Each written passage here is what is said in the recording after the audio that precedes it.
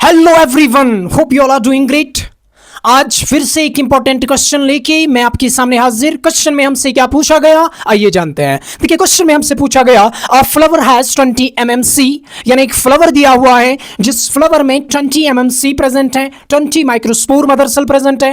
And what we have to do, we have to calculate the number of pollen grains and male gametes. एक flower दिया हुआ जिस flower में 20 mmc present है और हमें कैलकुलेट करना होगा number of pollen grains as well as male gametes कितने होंगे।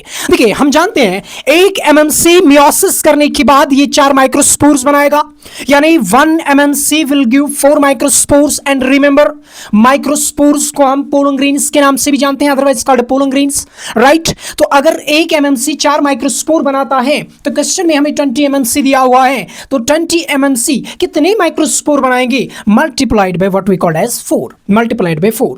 तो 1 mmc 4 माइक्रोस्पोर बनाएगा, 20 mmc कितना बनाएगा, multiplied by 4, and that will be equal to 80। That will be equal to what, 80, यानी द नंबर ऑफ माइक्रोस्पोर्स या नंबर ऑफ पोलन ग्रेन्स जो हमारा आएगा that will be 80, number of pollen grains will be 80।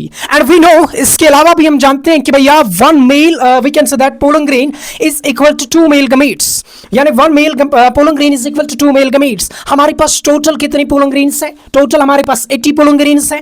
अगर एक pollen grain में 2 male gametes तो 80 pollen grains में कितने male gametes होंगे, that will be 80 multiplied 2 and that will be equal to 160, यानी the number of pollen grains is 80 and the number of male gametes is 60। तो इस हिसाब से हमारा कौन सा ऑप्शन करेक्ट है, the option first is the correct answer of this question, right.